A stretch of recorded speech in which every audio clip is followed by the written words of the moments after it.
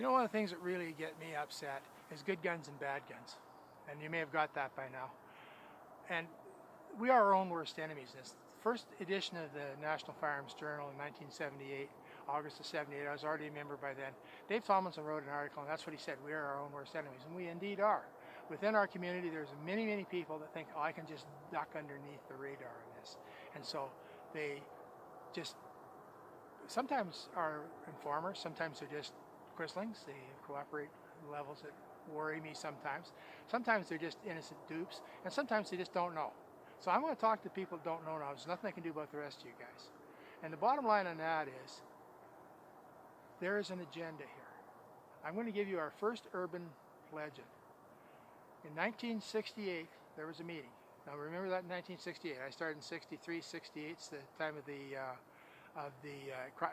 omnibus criminal code bill of Trudeau's. There was a meeting. In that meeting, there was the RCMP, high rankers, white shirts, OPP, Ontario Provincial Police, what was then the Quebec Provincial Police, Sûreté, and members from the Justice Department, the usual suspects, in other words, and they discussed a sequence of events to turn the firearms of all Canadians over to the government, so there would be no non-government employees left owning firearms in Canada.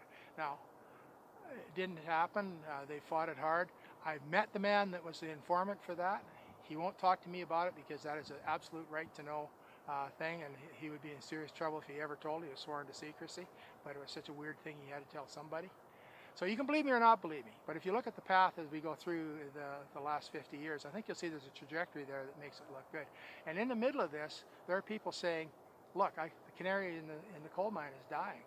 We're having prohibitions.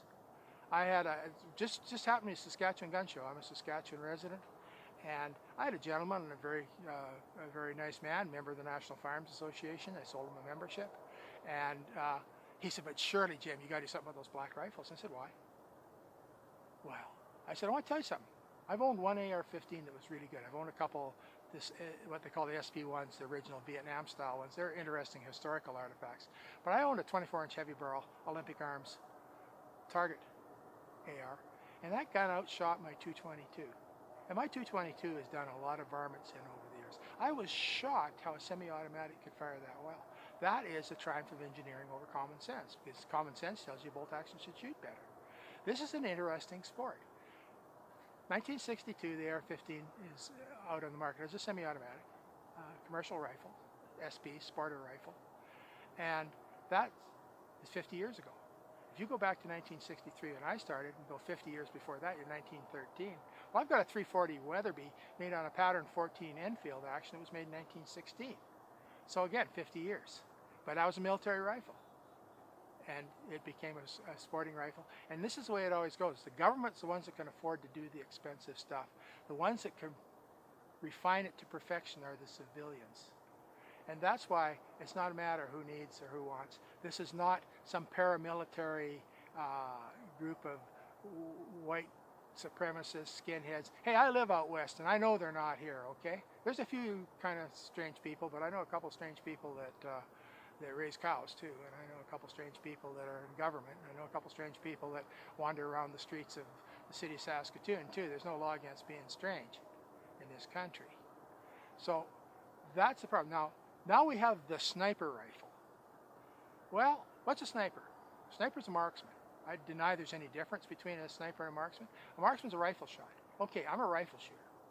I'm an adequate pistol shooter. I'm a pretty crappy shotgun shooter, which kind of embarrassed my dad because he was a seriously good shotgun shooter. So was my grandfather. But I'm more into rifles. I like shooting rifles.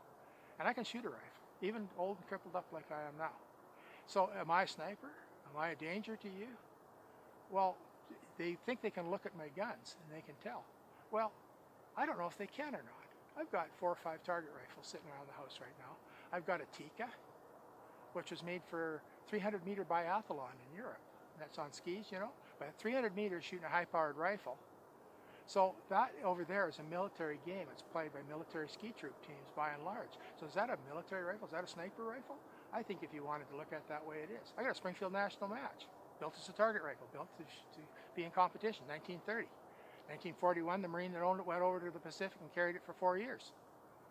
It did some very bad things over there. Is it a target pistol or a sniper rifle? It happens to be a sniper rifle. That's the way it is. I got a 1200 TX Parker Hale 308. It's the commercial version of the first Canadian sniper rifle. 308 sniper rifle. So what is it? It's my target rifle. You can't tell this. If you want to worry about marksmen, it's not guys that spend thousands of dollars on super duper targets and they sit up there and they do all the windage and stuff like that. I'll tell you who's dangerous. It's my buddy Bill. They can take a deer on the run with a 25-06 Ruger #1 single shot in one shot and drop that deer. Maybe I shouldn't use his name. I won't tell you his last name. But darn good rifles. You go down in that South Country in Saskatchewan, Alberta, and you guys that hunt antelope at 500 yards. Yeah, killed zone on an antelope the same size as a Jap orange. And they get them, and they eat them. Those are marksmen, but they're not snipers by any stretch of the imagination.